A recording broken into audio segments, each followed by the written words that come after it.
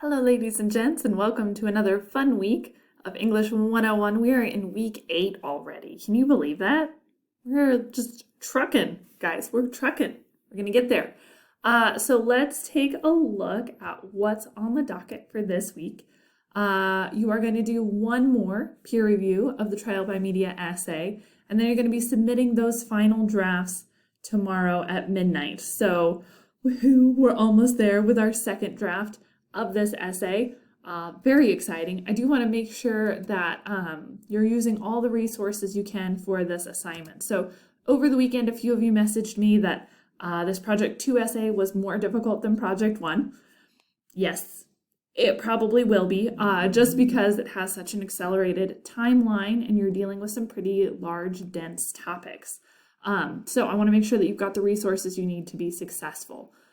You've got all the feedback from Project 1. It should be visible to you in the gradebooks. Do make sure to carefully look at all of that before you move on to submitting your final draft of Project 2, because many of the errors you make in Project 1 oftentimes also end up in Project 2 if you're not careful, particularly format and structure errors. So go through that feedback with a fine-tooth comb. Make sure that you're not making the same mistakes in Project 2 that you made in Project 1. There are so many new mistakes we can be making, right?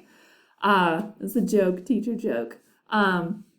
So do make sure to look at that feedback, though. I would hate to have to ding you twice for the same mistake. That would just be a bummer. So make sure that you're carefully checking that before you submit your final draft of Project 2. Also, a couple things to look at as we are preparing for Project 2.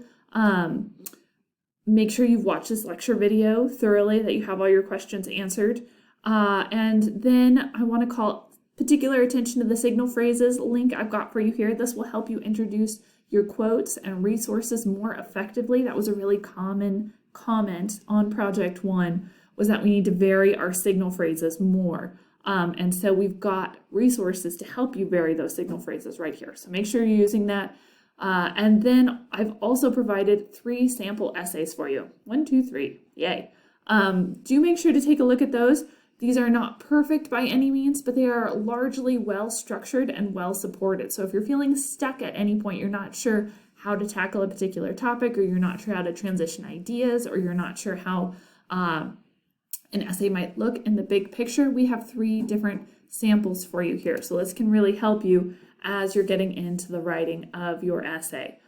So do make sure to take the time to check these out. Also, these will help you with your MLA format. They do need to have a running header. They do need to have your personal information only appearing on the first page.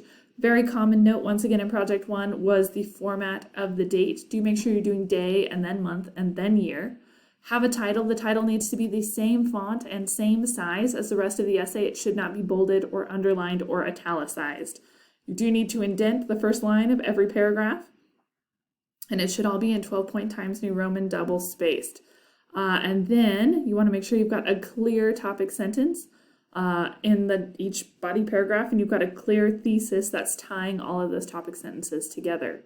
Another common issue that people have in their Project 2 essays is that they don't cite their summaries. This first body paragraph is supposed to be all summary of a case. We didn't know this summary before we wrote this article, so do make sure you're citing it. That's an error that this essay made. Do make sure you're citing that summary and that you are citing resources that you use, like this Cleveland Press article.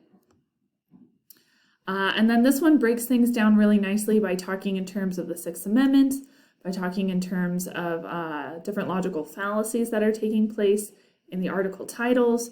Really, really effective way to address the topic. So take a look at our samples here. The samples also can give you an idea of how your works cited page needs to look, including that hanging indent, which some people seem to be struggling with based on Project 1. So lots of really good resources for you here in the modules tab. Please make sure to take advantage of those as you get your final draft of Project 2 ready.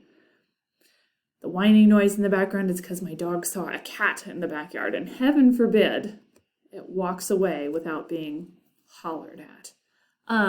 They're good dogs. I love them.